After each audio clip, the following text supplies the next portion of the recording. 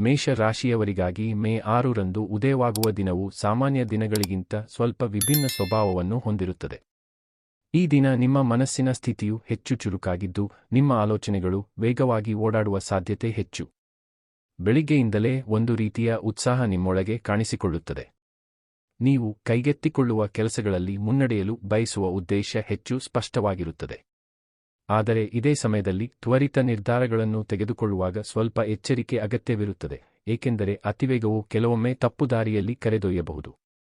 ಈ ದಿನ ನಿಮ್ಮ ವ್ಯಕ್ತಿತ್ವದಲ್ಲಿ ಧೈರ್ಯ ಮತ್ತು ಆತ್ಮವಿಶ್ವಾಸ ಹೆಚ್ಚಾಗಿರುವುದರಿಂದ ನೀವು ಹೊಸ ಕೆಲಸಗಳನ್ನು ಆರಂಭಿಸಲು ಸನ್ನದ್ಧರಾಗುತ್ತೀರಿ. ಉದ್ಯೋಗ ಕ್ಷೇತ್ರದಲ್ಲಿ ನೀವು ತೆಗೆದುಕೊಳ್ಳುವ ಮುಂದಾಳತ್ವವು ಮೇಲಾಧಿಕಾರಿಗಳ ಗಮನ ಸೆಳೆಯುವ ಸಾಧ್ಯತೆಯಿದೆ. ಸಹೋದ್ಯೋಗಿಗಳ ಜೊತೆಗಿನ ಸಂಭಾಷಣೆಯಲ್ಲಿ ನಿಮ್ಮ ಮಾತಿನ ಪ್ರಭಾವ ಹೆಚ್ಚು ಇರುತ್ತದೆ. ಆದರೂ ನಿಮ್ಮ ಮಾತುಗಳಲ್ಲಿ ಸ್ವಲ್ಪ ಮೃದುವಾಗಿರುವ ಗುಣವನ್ನು ಕಾಪಾಡಿಕೊಳ್ಳುವುದು ಉತ್ತಮ, ಏಕೆಂದರೆ ಕಠಿಣ ಪದಗಳು ಸಂಬಂಧಗಳಲ್ಲಿ ಅಂತರವನ್ನು ಉಂಟುಮಾಡಬಹುದು. ವ್ಯಾಪಾರ ಕ್ಷೇತ್ರದಲ್ಲಿ ಮೇಷರಾಶಿಯವರಿಗೆ ಈ ದಿನ ಹೊಸ ಅವಕಾಶಗಳ ಬಾಗಿಲು ತೆರೆಯುವ ಸೂಚನೆ ನೀಡುತ್ತದೆ. ಹಳೆಯ ಯೋಜನೆಗಳನ್ನು ಪುನರ್ ಪರಿಶೀಲನೆ ಮಾಡುವುದರಿಂದ ಉತ್ತಮ ಫಲಿತಾಂಶ ದೊರೆಯಬಹುದು. ಹಣಕಾಸಿನ ವಿಷಯದಲ್ಲಿ ಅತಿಯಾದ ಖರ್ಚು ಮಾಡುವ ಪ್ರವೃತ್ತಿಯನ್ನು ನಿಯಂತ್ರಿಸುವುದು ಮುಖ್ಯ.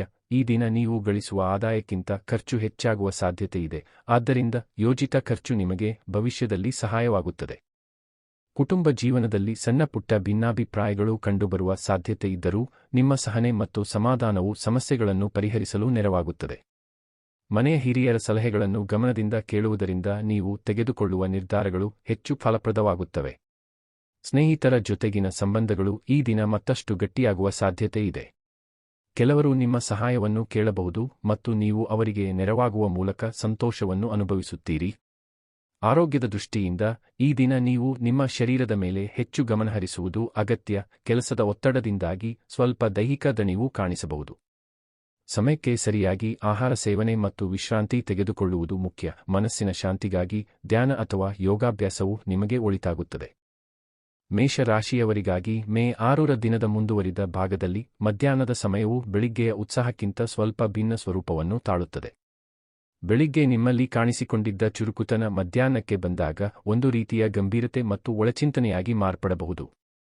ನೀವು ಕೈಗೆತ್ತಿಕೊಂಡಿರುವ ಕೆಲಸಗಳ ಬಗ್ಗೆ ಆಳವಾಗಿ ಯೋಚಿಸಲು ಪ್ರಾರಂಭಿಸುತ್ತೀರಿ. ಈ ಸಮಯದಲ್ಲಿ ತೆಗೆದುಕೊಳ್ಳುವ ನಿರ್ಧಾರಗಳು ನಿಮ್ಮ ಭವಿಷ್ಯಕ್ಕೆ ದಿಕ್ಕು ತೋರಿಸುವಂತಿರಬಹುದು, ಆದ್ದರಿಂದ ಆತುರಪಡುವುದಕ್ಕಿಂತ ಸಮಾಧಾನದಿಂದ ವಿಶ್ಲೇಷಣೆ ಮಾಡುವುದು ಒಳಿತು. ಉದ್ಯೋಗದಲ್ಲಿರುವವರಿಗೆ ಈ ಸಮಯದಲ್ಲಿ ಕೆಲಸದ ಒತ್ತಡ ಸ್ವಲ್ಪ ಹೆಚ್ಚಾಗುವ ಸೂಚನೆಯಿದೆ. ಕೆಲವೊಂದು ಕಾರ್ಯಗಳು ನಿರೀಕ್ಷೆಗಿಂತ ಹೆಚ್ಚು ಸಮಯ ತೆಗೆದುಕೊಳ್ಳಬಹುದು. ಇದರಿಂದ ಮನಸ್ಸಿನಲ್ಲಿ ಸ್ವಲ್ಪ ಅಸಹನೆ ಉಂಟಾಗಬಹುದು, ಆದರೆ ನೀವು ನಿಮ್ಮ ಸಹಜ ಧೈರ್ಯವನ್ನು ಕಳೆದುಕೊಳ್ಳದೆ ಒಂದು ಹಂತವಾಗಿ ಕೆಲಸಗಳನ್ನು ಮುಗಿಸುವ ಧೋರಣೆಯನ್ನು ಅನುಸರಿಸಿದರೆ ಸಮಸ್ಯೆಗಳು ಸುಲಭವಾಗಿ ಬಗೆಹರಿಯುತ್ತವೆ. ಸಹೋದ್ಯೋಗಿಗಳೊಂದಿಗೆ ಸಹಕಾರದ ಮನೋಭಾವವನ್ನು ಕಾಪಾಡಿಕೊಳ್ಳುವುದು ಮುಖ್ಯ, ಏಕೆಂದರೆ ತಂಡದ ಸಹಾಯದಿಂದಲೇ ಕೆಲವೊಂದು ಕಠಿಣ ಕೆಲಸಗಳನ್ನು ಪೂರ್ಣಗೊಳಿಸಲು ಸಾಧ್ಯವಾಗುತ್ತದೆ. ವ್ಯಾಪಾರಿಗಳಿಗಾಗಿ ಮಧ್ಯಾಹ್ನದ ಸಮಯವು ಲಾಭ-ನಷ್ಟಗಳ ಲೆಕ್ಕಾಚಾರದಲ್ಲಿ ಕಳೆಯುವ ಸಾಧ್ಯತೆಯಿದೆ. ನೀವು ಹಿಂದಿನ ದಿನಗಳಲ್ಲಿ ತೆಗೆದುಕೊಂಡ ನಿರ್ಧಾರಗಳ ಪರಿಣಾಮಗಳನ್ನು ಈಗ ವಿಶ್ಲೇಷಿಸುವ ಸಮಯ ಇದು. ಹೊಸ ಒಪ್ಪಂದಗಳನ್ನು ಮಾಡುವ ಮೊದಲು 2 ಬಾರಿ ಯೋಚಿಸುವುದು ಒಳಿತು. ಕೆಲವರು ನಿಮ್ಮನ್ನು ಮೋಸಗೊಳಿಸುವ ಪ್ರಯತ್ನ ಮಾಡಬಹುದು, ಆದ್ದರಿಂದ ದಾಖಲೆಗಳು ಮತ್ತು ಒಪ್ಪಂದಗಳನ್ನು ಪರಿಶೀಲಿಸುವಾಗ ಎಚ್ಚರಿಕೆ ಅಗತ್ಯ. ಕುಟುಂಬದ ವಿಷಯದಲ್ಲಿ ಮಧ್ಯಾಹ್ನ ಸಮಯದಲ್ಲಿ ನಿಮ್ಮ ಗಮನ ಸ್ವಲ್ಪ ಕಡಿಮೆಯಾಗುವ ಸಾಧ್ಯತೆಯಿದೆ. ಕೆಲಸದ ಒತ್ತಡದಿಂದ ನೀವು ಮನೆಯವರ ಜೊತೆ ಹೆಚ್ಚು ಸಮಯ ಕಳೆಯಲು ಸಾಧ್ಯವಾಗದೇ ಇರುವಿರಿ. ಆದರೆ ಸಾಯಂಕಾಲದ ಹೊತ್ತಿಗೆ ನೀವು ಮತ್ತೆ ಕುಟುಂಬದ ಕಡೆ ಗಮನಹರಿಸಲು ಪ್ರಾರಂಭಿಸುತ್ತೀರಿ. ಮನೆಯಲ್ಲಿನ ಸಣ್ಣ ಪುಟ್ಟ ವಿಚಾರಗಳು ದೊಡ್ಡ ಸಮಸ್ಯೆಯಾಗದಂತೆ ನೀವು ಸಮಾಧಾನದಿಂದ ನಡೆದುಕೊಳ್ಳುವುದು ಉತ್ತಮ.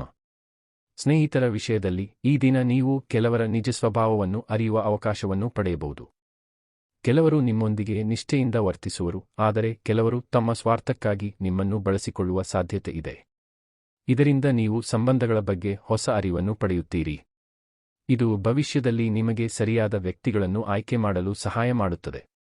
ಆರೋಗ್ಯದ ವಿಷಯದಲ್ಲಿ ಮಧ್ಯಾಹ್ನದ ನಂತರ ಸ್ವಲ್ಪ ದೈಹಿಕ ದಣಿವು ಹೆಚ್ಚಾಗಬಹುದು. ವಿಶೇಷವಾಗಿ ತಲೆನೋವು ಅಥವಾ ಕಣ್ಣಿನ ಒತ್ತಡ ಅನುಭವಿಸುವ ಸಾಧ್ಯತೆ ಇದೆ.